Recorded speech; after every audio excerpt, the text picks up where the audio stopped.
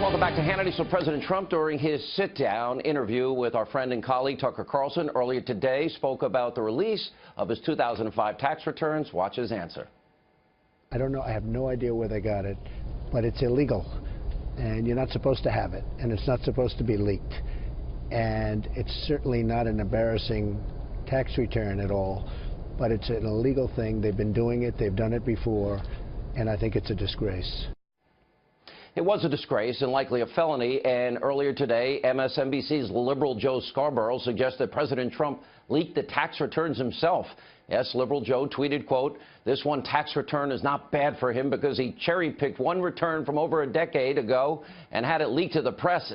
I guess the Russians went out in the dark at night and put it in some guy's mailbox. Anyway, the Trump camp released one positive tax return to distract from Russia hearings and Trump cares meltdown. That's painfully obvious. NBC is now the network of bizarre conspiracy theories. Anyway, joining us with a reaction, author of the New York Times bestseller, also a new op-ed on FoxNews.com about the president's budget. That's former Speaker of the House, Fox News contributor, Newt Gingrich. You work with liberal Joe. I mean, I guess, you know, he's kind of jumped the shark a bit, and now he's into mad conspiracy theories. But, look, you know, yeah. When you get that look, I know something's coming. Go ahead. Look, if you go to the movies and you look at X-Men or you look at Transformers or you look at a whole range of these hero movies and these various wild action movies, you understand the mindset of a large number of Americans who can't think anymore. And all they want is noise and sound and action, and that's the modern left. I mean, Joe Scarborough used to be a much smarter guy, but the longer he stays at MSNBC, the more he seems to drink the left-wing Kool-Aid, and it gets to be kind of goofy. It's not ideological. It's just out of touch with reality. So let's start with what the president said, which I agree with 100%, but it's up to the president and his administration to follow through.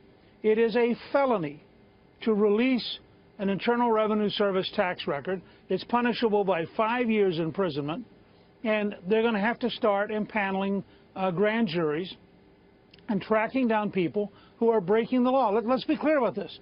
This isn't about civil disobedience. This isn't about, you know, the public's right to know.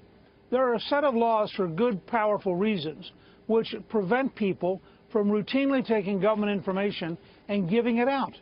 And we have to enforce those laws if we're going to have any kind of semblance of government in Washington, D.C. I've been putting up every night, Mr. Speaker, on this program. I've been putting up every example of every leak from the intelligence community. Now we've got his tax returns leaking. Somebody, in every case, you're right, this is a felony that is being committed.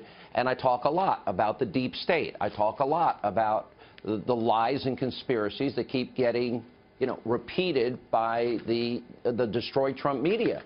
And now it's gotten to the point where I've got to believe that 55% of the time that the Trump team is now spending on defending things that people like John Solomon are reporting are not true. There's been no proof, no evidence of any Russian collusion. Where's James Comey? Why is he not telling the country, yeah, we investigated it, it's over, there's nothing there? Look, what the Trump team should do, what the president should do, is appoint one or two people to deal with nonsense. And they could be called sort of the nonsense squad. And they could go in at the beginning of every one of Sean Spicer's. I work in the White House, and I'm the nonsense director. I deal with the conspiracy theories.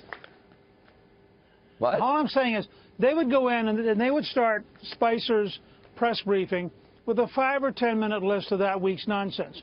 Then they'd leave. Everybody else ought to focus on infrastructure, creating jobs, solving the health problem, the kind of things that matter to the average American. They should not allow the elite media to suck them into wasting their senior management time chasing a bunch of stories that are garbage. I mean, they ought to say, okay, here's the garbage patrol. Maybe they give it to the person they're mad at. You're now going to be punished. You're in charge of the garbage patrol. I don't care how they do it. You know, maybe they could go out and recruit Mitt Romney. I mean, there are a lot of different opportunities for service here. But what they should do is have a very small number of people whose job is to conspiracy their job is to debunking deal with garbage nonsense, and everybody else should focus on the real job. Look, a part of it's funny, but when you have the President of the United States, when you have a deep state bureaucrats, Obama holdovers, and you've got these lifelong, career bureaucrats that want to destroy the president and are breaking laws doing it, it's got to end. These people have to go. They have to be fired. It's hurting the country. The only way. And they're, The only way it's going to end is either A, for Trump to cave in and surrender, or B, for them to root out, fire the people who are doing this, including career civil servants who are breaking the law. And there's nothing in the civil service rules that allow you to break the law. And I think they have to enforce it very aggressively. I think the odds of Donald Trump, the president, retreating and surrendering are about -1,000. So I don't see that scenario unfolding. Right. But you're right. A lot of people would say, well, it's a lot easier to just act like we're being president. I don't think that. I didn't see that tonight when he's speaking in Nashville, Tennessee. But we got to take a break.